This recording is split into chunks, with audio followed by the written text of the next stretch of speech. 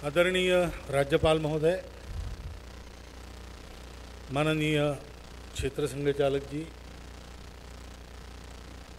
उपस्थित हमारे मंत्रीवर नितिन भाई जी, यहाँ के प्रथम नागरिक गौतम भाई जी, राणा परिवार के मंच पर और नीचे उपस्थित सभी सदस्यगण, नागरिक सज्जन, माता भगिनी,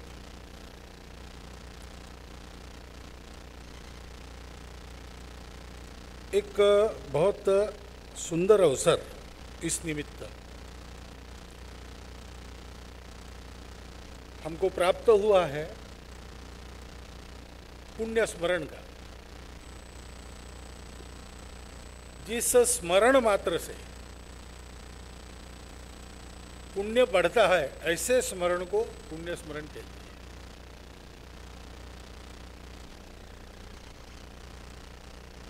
हम संघ में पुराने समय में प्रातः स्मरण कहते थे। उसमें ऐसा श्लोक था कि धर्मो विवर्धति युधिष्ठिर कीर्तने पापम प्रणश्यति द्रुकोदर कीर्तने शत्रुर्विनश्यति धनंजय कीर्तनेन माद्री सुतौ कथयताम न भवन्ति रोगा। तो युधिष्ठिर धर्मराज का स्मरण करते हैं तो धर्म का वर्धन होता है। भीम का स्मरण करते हैं तो पापों का विनाश होता है। अर्जुन का स्मरण करते हैं तो शत्रुओं का विनाश होता है। नकुल सहदेव का स्मरण करते हैं तो रोगों का विनाश होता है। ऐसे स्मरण मात्र से कुछ कल्याण करने वाले सामर्थ्यशाली जीवन होते हैं, उनके स्मरण को पुण्य स्मरण कहा जाता है।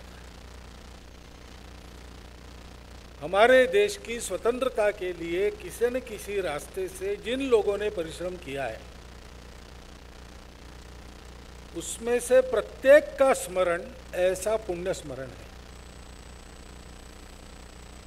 लेकिन भूल से गए हम, सबको नहीं जानते, एक एक को सबको जानना मुश्किल भी है। लेकिन 1857 के युद्ध के पश्चात और 4 प्रकार से भारत के भाग्योदय का काम शुरू हुआ। उस अनुभव से विचार किया लोगों ने, और विचार जब होता है तब अलग अलग प्रकार का बन ही सकता है। गंतव्य एक रहा तो भी रास्ते अलग अलग हो सकते हैं। ऐसे कुछ लोगों ने सोचा कि राजनीतिक जागृति का अभाव है तो राजनीति के द्वारा करना चाहिए। कुछ लोगों ने सोचा कि समाज में सुधार की रूढ़ी कुरीतियों को हटाने की, नए विज्ञान के आधार पर कुछ बातों की पुनर्रचना करने की जरूरत है, तो सुधार का रास्ता था। कुछ लोगों ने सोचा कि अपने मूल की ओर वापस जाना चाहिए, हमारे ही अपने विचारों के अर्थ हम भूल गए, उसको ठीक से समझकर स्वत्व के आधार पर फिर खड़ा होना चाहिए। और कुछ लोगों ने सोचा कि जो प्रयास 1857 में किया हाथ में शस्त्र लेकर, वो अयशस्वी हुआ तो क्या, फिर एक बार संपूर्ण भारत में उसी प्रकार का एक शस्त्राचार करने वाला संगठन खड़ा करके अंग्रेजों को भगा देना चाहिए। चारों प्रकार से हमारे यहां काम किया है, लेकिन कुछ ऐसा हो गया कि जो जानकारी मिलती है वो बताती है कि एक ही रास्ता था और एक ही प्रकार से हुआ। ऐसा नहीं होता है। और वो जानकारी नहीं मिली तो भी जो सत्य है वो कहीं ना कहीं सर पे चढ़ के बोलता ही है, क्योंकि समाज सुधार करने वालों की भी संख्या कम नहीं थी।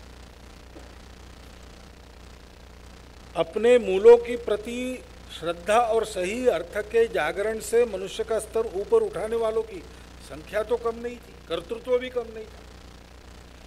वैसे इस शस्त्राचार से स्वतंत्रता प्राप्ति के मार्ग में जो लोग थे, उनकी भी संख्या कम नहीं थी उनकी व्याप्ति संपूर्ण भारत में थी।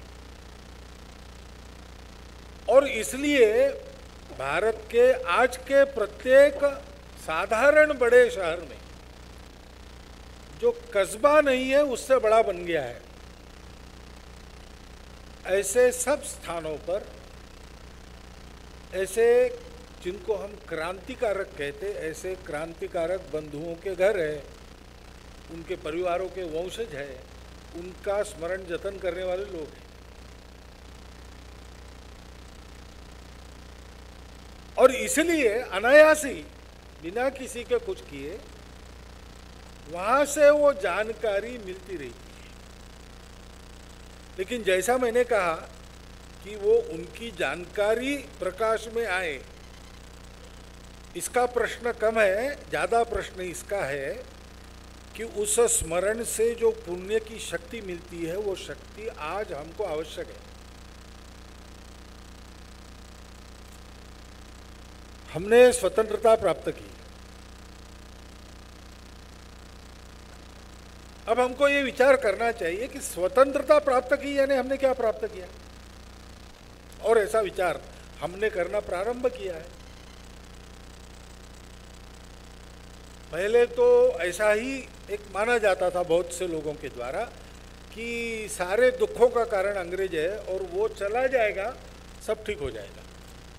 लेकिन हमने अनुभव किया है कि मात्र अंग्रेज के चले जाने से सब कुछ ठीक नहीं हुआ है। ये अनुभव जैसे जैसे आते गया, लोग सोचते गए। तो हमारा स्व कौन सा है उसको सोचना चाहिए, उस स्व के आधार पर हमारा तंत्र कौन सा होना चाहिए ये सोचना चाहिए। और अपने देश को दुनिया का सिरमौर देश, दुनिया का वैभव संपन्न देश, दुनिया को नेतृत्व देने वाला देश, दुनिया के जीवन में सार्थक योगदान करने वाला देश बनाना चाहिए। ऐसा बनाएंगे तो ही हमारा जीवन सुखी बनेगा, क्योंकि विश्व में दो ही गति है, आगे जाओ नहीं तो पीछे आओ। एक जगह रुके रहो, इसकी गुंजाइश दुनिया के जीवन में राष्ट्रों के लिए, देशों के लिए, हमारे आपके लिए नहीं है। हम या तो प्रगति करेंगे या तो हमारी अवनति होगी। हम आगे नहीं जाएंगे तो हम पीछे हैं, इसका भी अनुभव हमने लिया है। और इसलिए हमको वो बल चाहिए। लेकिन ये स्मरण करते समय केवल स्मरण मात्र से कोई जादू की छड़ी नहीं है ये होता है। स्मरण का अर्थ होता है कि उसका चिंतन मनन करना।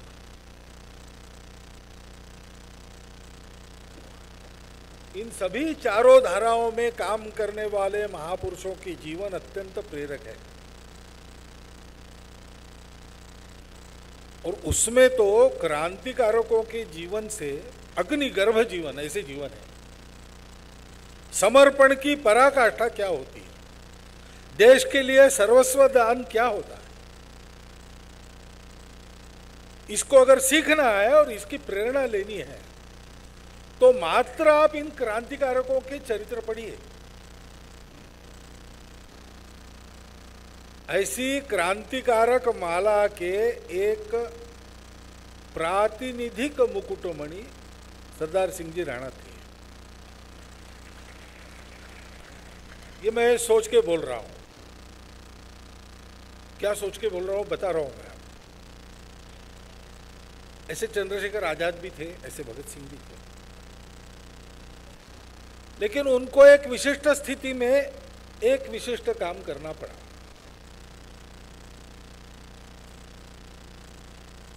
तो उन्होंने, उनका जो जीवन था उसका एक पहलू हमारे सामने आया, हम उसी को जानते। लेकिन क्रांतिकारकों के जीवन में कभी कभी ऐसा कहने का भी प्रयास होता है, कुत्सित बुद्धि के लोग रहते हैं।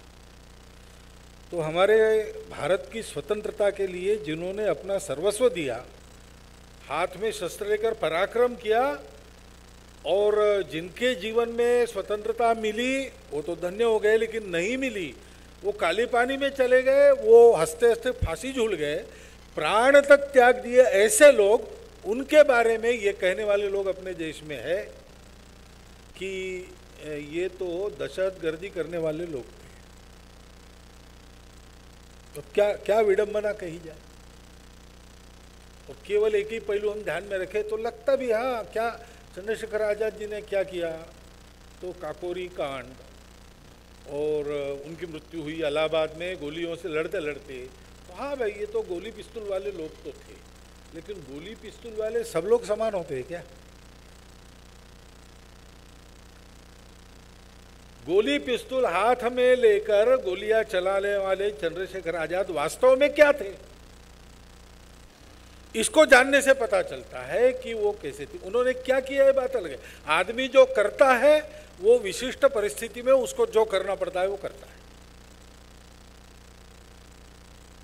देश काल परिस्थिति के संदर्भ में अलग अलग परिस्थितियों में हम जब जाते हैं तब समान स्वभाव के लोग, समान प्रकृति के लोग भी अलग अलग कृति करते हैं।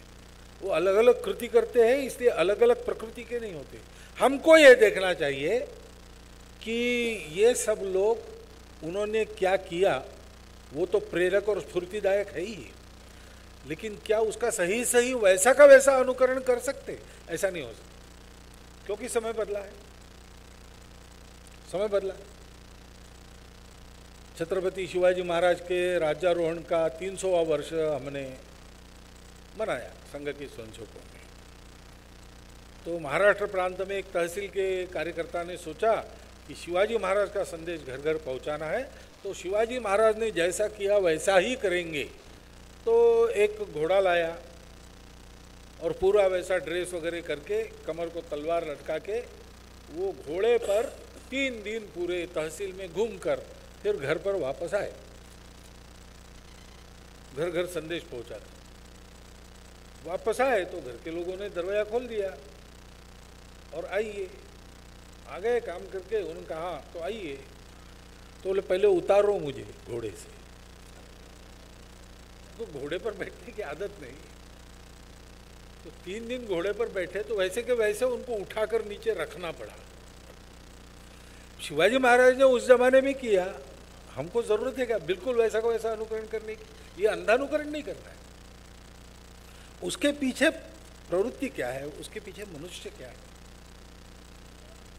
और इस वेबसाइट का लाभ मैं ये समझता हूं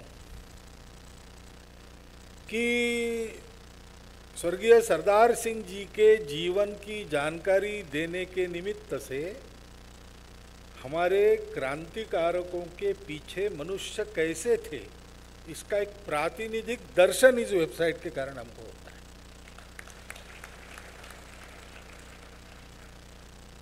आज हमारे तरीके और हमारी कृतियां एकदम अलग होनी पड़ेगी। संविधान सभा के भाषण में डॉक्टर अंबेडकर साहब ने कहा है कि अब हम स्वतंत्र हो गए हैं।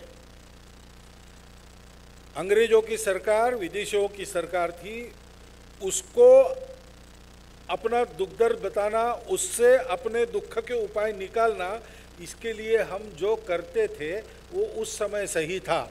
अब अगर अंग्रेजों से अपना काम निकालने के लिए हम हिंसा पर उतारू हो जाएंगे, ये स्वतंत्र भारत में अपने लोगों के राज्य में नहीं चलेगा। और उन्होंने यहां तक कहा कि कानूनन ये सत्याग्रह वगैरह ऐसी गुंजाइश है, लेकिन मुझे तो लगता है कि अपने राज्य में तो इसको भी करने की आवश्यकता नहीं है। एक ही रास्ता कोर्ट के थ्रू सारा करना, इस अर्थ का उन्होंने बोला है। मतलब क्या है, सही सही नकल नहीं करेंगे, लेकिन जो कृति उस समय उन्होंने की उसके पीछे जो प्रवृत्ति थी, जो दृष्टि थी, जो स्वभाव था, वो हमको दिखता है इसमें। क्रांतिकारक थे यानी क्या थे, भड़क दिमाग के गुस्सेल लोग थे, और इसलिए हाथ में बम पिस्तौल लेके अंग्रेज दिखा क्यों उड़ाओ, अंग्रेज दिखा क्यों उड़ाओ, ऐसा नहीं था।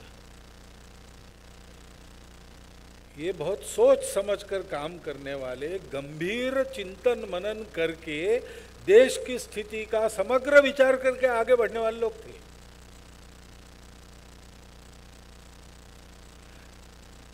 ये केवल मारपीट जानते थे ऐसा नहीं है। बाकी विधाओं के गुणवान लोगों जैसे इनके भी गुणों की सर्वगुण संपन्नता का और आसानी से दूसरा उदाहरण अब मिलना कठिन रहता है। आप कल्पना करो, सरदार सिंह जी राणा को देश निकाला दिया गया। उस देश निकाला होने की अवस्था में फ्रांस में वो हीरे का बिजनेस करके पैसा कमाते हैं और लंबा समय फ्रांस में बिताने के बाद, ये सारी गतिविधियां करने के बाद भारत में आते हैं, तब फ्रांस का सर्वोच्च खिताब उनको मिलता है। खिताब द शेवालियर उनको कहा जाता है। तो उनमें कितनी सद्गुण संपदा होगी कि फ्रांस के लोगों को लगा कि इनको सम्मानित करना चाहिए। तो कोई भड़क दिमाग का कोई गुंडागर्दी करने वाला आदमी ऐसे थोड़ी कर सकता है।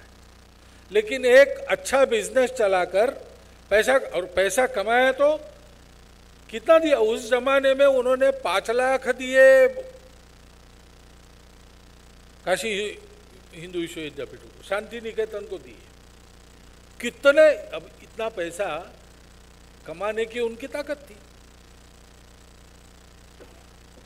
उनका वर्तन, उनकी सूझबूझ ऐसी थी कि फ्रांस जैसे प्राचीन यूरोपीय संस्कृति की विरासत मिले हुए देश में भी ऐसी उनकी कदर हो कि उनको एक सर्वोच्च खिताब मिले। यानी हमारे ये मनुष्य दुनिया के मनुष्यों के साथ अगर खड़े रहेंगे तो किस पंक्ति में रहेंगे? पहले पंक्ति में रहेंगे। ये उनकी लायकी थी।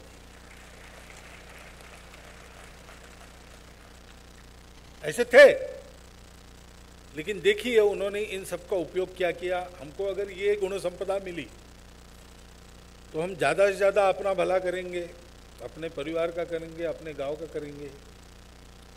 लेकिन क्रांतिकारक कहते हैं कि हमको लगता है कि ये सारा सामर्थ्य हमको जो मिला है वो इस देश की स्वतंत्रता के लिए मिला है। सावरकर जी ने कविता में कहा कि मातृभूमि, इन सारे गुण सुमनों को मैं जो चुन रहा हूँ वो इसलिए चुन रहा हूँ कि बाद में इसकी सुगंध तुमको मिले। अगर ये गुण तुम्हारे काम नहीं आते हैं तो ये व्यर्थ भार है विद्या का। और इस प्रवृत्ति से एक गुणवान लोगों ने अपनी भरी जवानी को अपने देश के लिए मिट्टी में मिला दिया, बर्बाद हो गए, लेकिन स्वार्थी नहीं हुए कभी भी। सब सारा सामर्थ्य अपने देश के लिए, अपने देशवासियों के लिए, ये समर्पण है। मेहनत की कमाई पूरी की पूरी लगाई। पिताजी से नहीं मिला था, विरासत में बहुत था। 1 लाख रुपया कमाता हूं, 1000 रुपया दान दे देता हूं और दानवीर कहलाता हूं, ऐसे नहीं थे वो।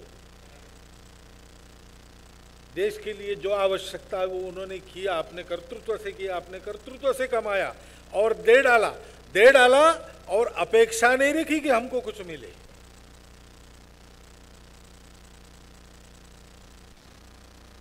अपेक्षा नहीं रखी। छोटा मोटा कुछ किया है, 3 महीना जेल में जाके आए तो ताम्रपत्र मांगने के लिए दौड़ने वाले लोग हैं, है ना? इन्होंने जिंदगी लगा दी।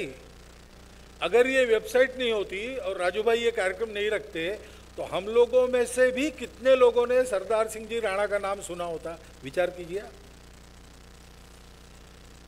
अपने जीते जी वो करवा नहीं सकते।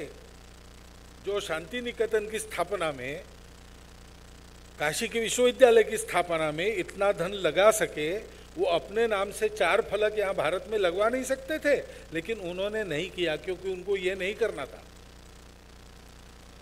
उनको तो देना था, तेरा वैभव अमर रहे, महामदीन 4 रहने दे। ये उनकी प्रतिज्ञा थी। ऐसा गुण संपन्न जीवन था।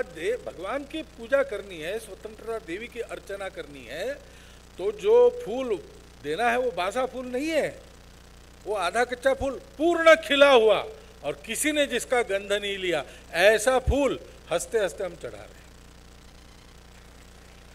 ये पूजा है, राष्ट्र पुरुष की पूजा है, मातृभूमि की पूजा है।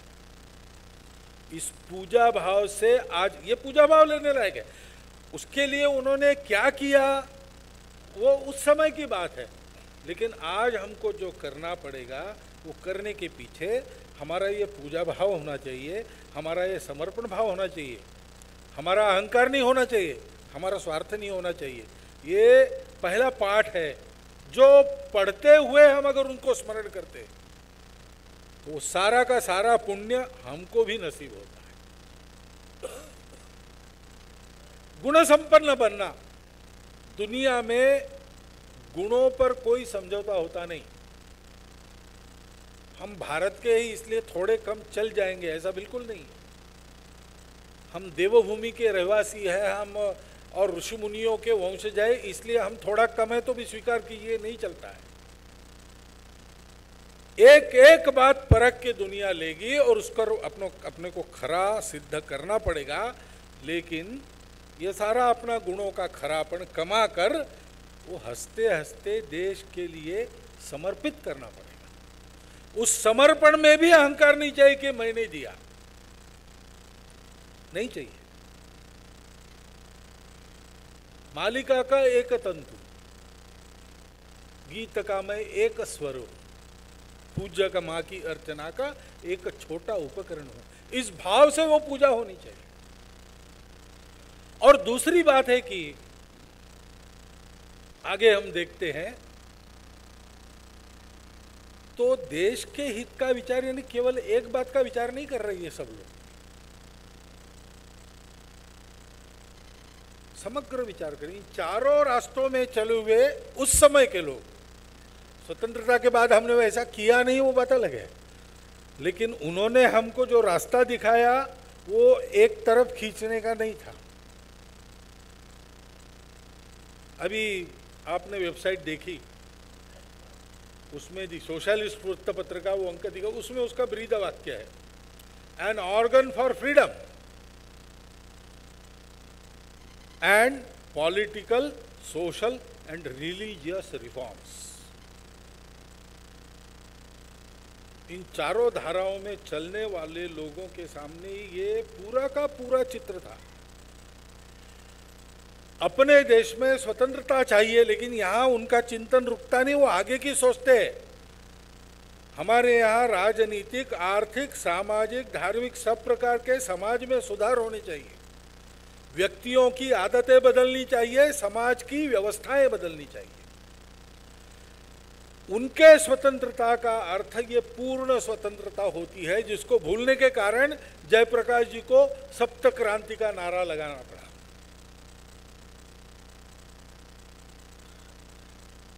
उन्होंने समग्र सोच लिया था। उस राह पर बढ़ने के लिए, क्योंकि हजारों मील की यात्रा है, तो पहले कदम से प्रारंभ होती है ना। पहला कदम कैसे किस दिशा में डालना, पहले तो वही दिखता है। तो उस समय का विचार करते समय उन्होंने एक रास्ता चुना। किसी ने हाथ में शस्त्र लिया, किसी में हाथ में झंडा लिया और नारे देते आगे बढ़े।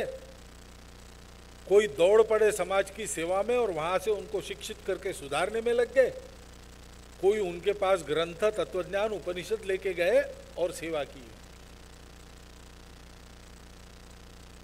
ये उन्होंने किया, लेकिन करने वालों के सामने ये सारी बातें थी। और अगर हम सबका अध्ययन करते तो हमको ध्यान में आएगा कि सब विचारधारा कोई भी हो, काम करने का क्षेत्र कोई भी हो, सबका निष्कर्ष समान है। सबका निष्कर्ष समान है। उसमें मतभेद नहीं है। उस समय उन लोगों ने जो अपने अपने स्थिति में किया है वो अलग अलग है। करने का रास्ता कौन सा हो इसमें मतभेद हो सकता है, लेकिन जाना कहाँ है इसके बारे में किसी का कोई मतभेद नहीं है। भारत के परम वैभव संपन्नता का, स्वतंत्र राष्ट्र का चित्र जो उनके सामने है वो सबका लगभग समान है। हम क्यों झगड़ा कर रहे हैं उन नामों को लेकर? उस समग्रता को और उस एकता को हमको सीखना पड़ेगा। सरदार सिंह जी के जीवन में हम देखते हैं उन्होंने क्या क्या किया। उन्होंने केवल क्रांतिकारी नहीं किया, उन्होंने भारत के शिक्षा के लिए सहायता की, उन्होंने समाज सुधार के लिए सहायता की, उन्होंने भारत के छात्रों के अध्ययन के लिए सहायता की। वो केवल उनकी क्रांतिकारकों में भर्ती करने के लिए नहीं था। ऐसी कितनी बातें उन्होंने की। और इसलिए स्वयं एक रास्ते के निष्ठावान अनुयायी होने के बाद भी उनके संबंध आप देखिए सबसे उनकी पटती है। रास्ता मेरा है, मैं उस पर पक्का चलूंगा, वही सही है ऐसा मुझे लगता है, लेकिन तुमको नहीं लगता है, तुम दूसरे रास्ते से चल रहे हो, तो तुम मेरे शत्रु तो हो नहीं, तुम भी चले हो भारत के भले के लिए।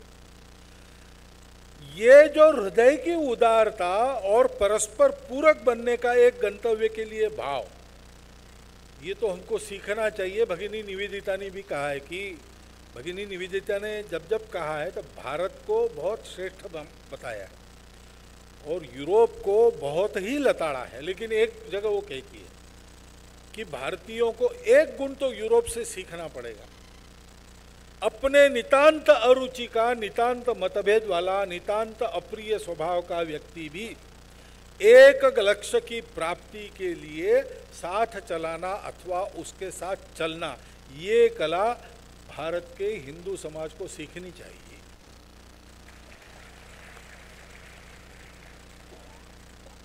सीखना चाहिए। अब है विचारधाराएं है देश में, उनकी पार्टियां है, एक एक विषय के बारे में अलग अलग मत है, ये तो ठीक है, उसकी चर्चा भी होती है, एक जो कुछ निर्णय होता है, लेकिन निर्णय के बारे में भी मत रहते हैं लोगों के, रहना स्वाभाविक है। हमारे यहाँ रिजिमेंटेशन कभी रहा नहीं है और कभी उसको माना नहीं गया। हम इस प्रकार के मत स्वातंत्र्य, विचार स्वातंत्र्य, उच्चार स्वातंत्र्य, इसके पक्षधर हैं। लेकिन हम कहते हैं कि ये सब अलग अलग रह सकता है प्रत्येक व्यक्ति का, लेकिन मिलकर चलने में कोई कमी नहीं होनी चाहिए। क्योंकि ये सब हमारा किस लिए है? भारत के भले के लिए है। तो भारत के भले के लिए हम सब लोग काम कर रहे हैं। एक दूसरे के प्रामाणिकता पर विश्वास रखो, एक दूसरे के प्रामाणिकता पर विश्वास रख सके ऐसा आचरण रखो और सब साथ चलो ना। प्रामाणिक है तो जिसका गलत है वो बदल लेगा अपने आप,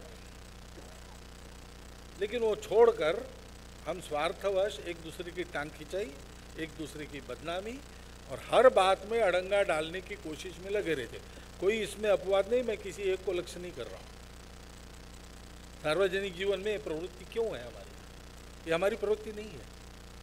कैसा होना चाहिए आप सरदार सिंह जी का जीवन देखिए।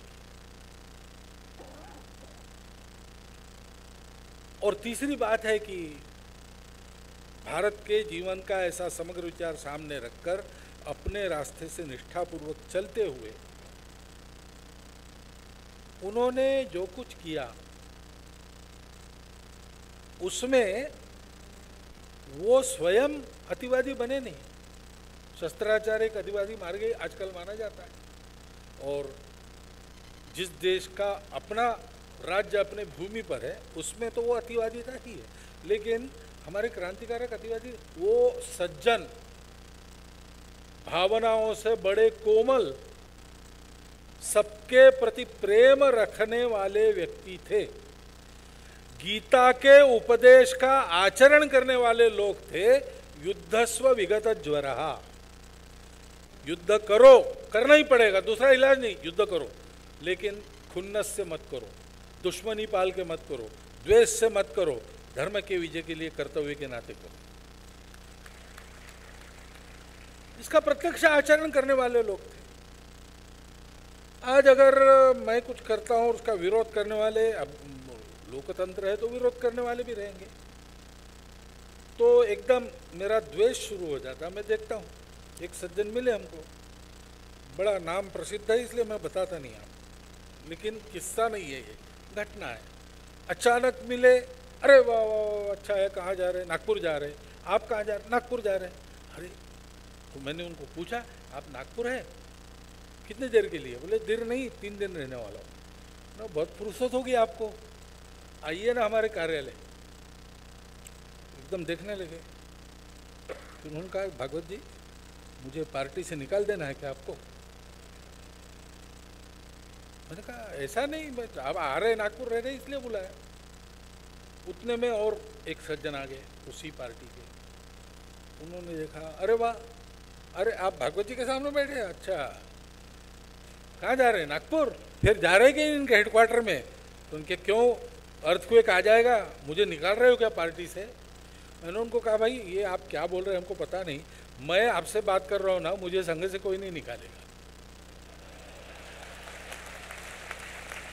क्या है?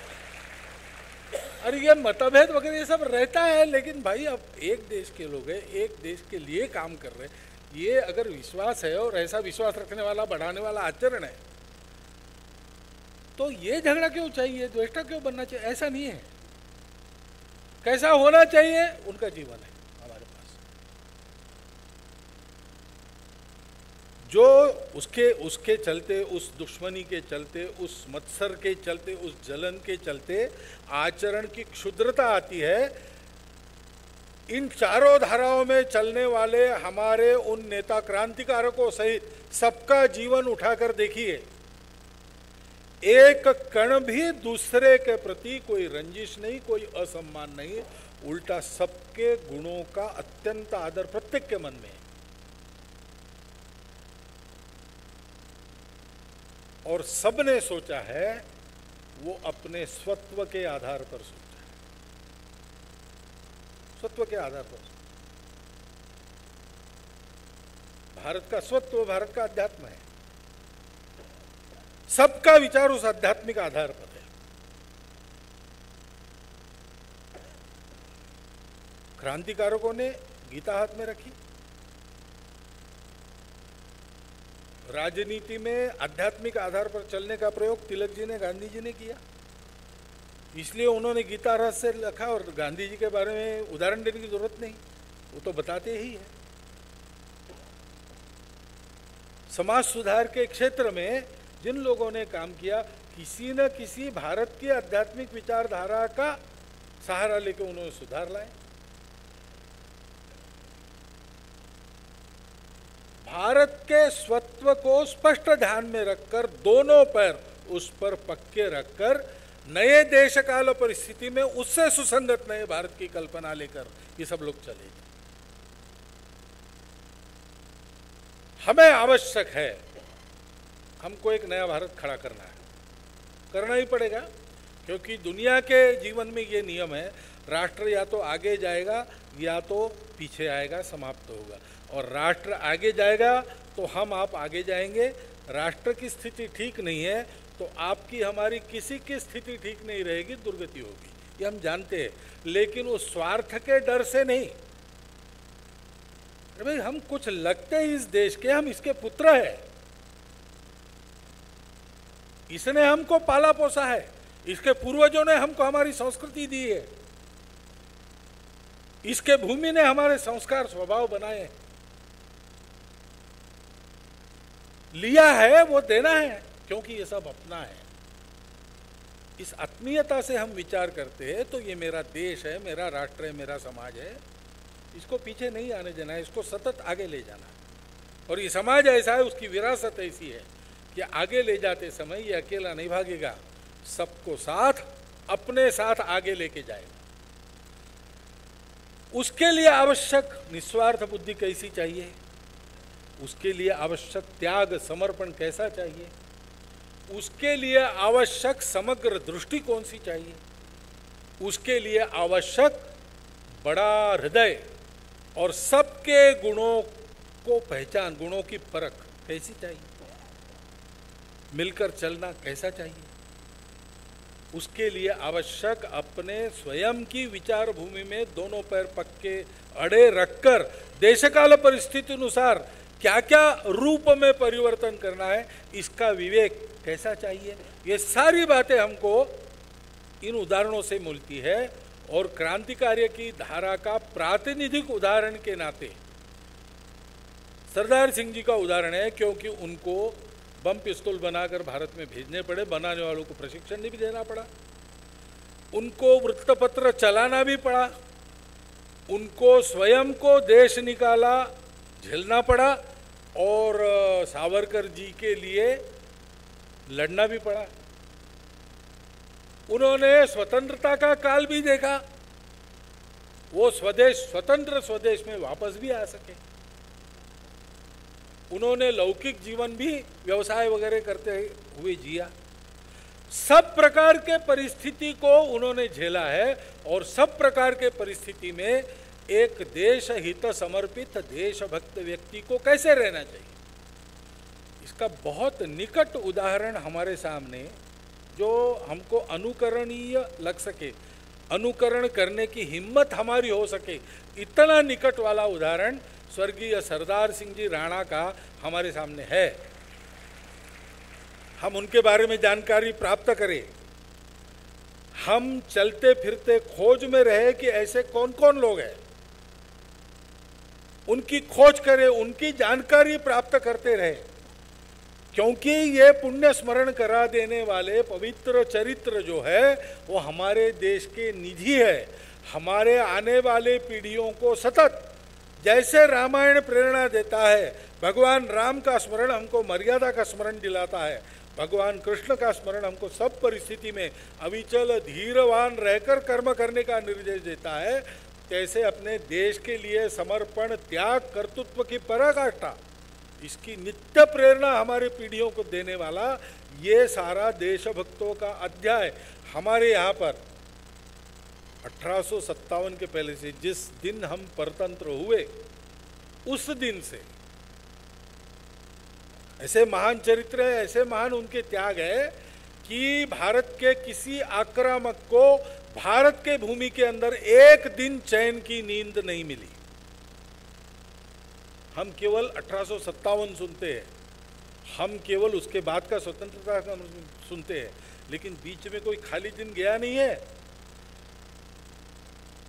1833 में पंड्रा डिक्लेरेशन नाम का दक्षिण भारत में वीर पांड्य कट्टबोमन ने डिक्लेयर किया कि ये जो गोरे लोग आए इनको भगाओ हाथ में शस्त्र लेके, ये स्वयं गोरे है ना, तो आपको भोजन में रोज लगता है वो नमक और आपको पूजा में रोज लगने वाला कर्पूर महंगा होने वाला है, आपका पूरा जीवन समाप्त होने वाला है, इनसे लड़ो।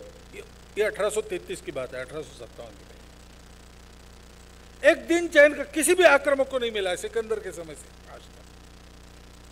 ये पूरी परंपरा ज्ञात अज्ञात वीरों की, वो पूरी परंपरा हमारे आने वाली पीढ़ियों के लिए पुरुषार्थ का स्वभाव उत्पन्न करने वाली, कर्म के शक्ति का पुण्य उनके पीछे खड़े करने वाली ऐसी परंपरा है। उसका अनुसंधान नित्य करना चाहिए, उसका पुण्य स्मरण नित्य करते रहना चाहिए। और ये चरित्र कैसे पुण्य स्मरणदायी है, इसको अगर आपको सीखना है तो अभी का, क्योंकि तुरंत का है, स्वर्गीय सरदार सिंह जी राणा का जो और चरित्र प्रकाश इस वेबसाइट के माध्यम से हुआ है उसको आपको देख लेना चाहिए। मैं समझता हूँ कि आज के दिन पर आपके सामने इतना बोलना ही पर्याप्त है।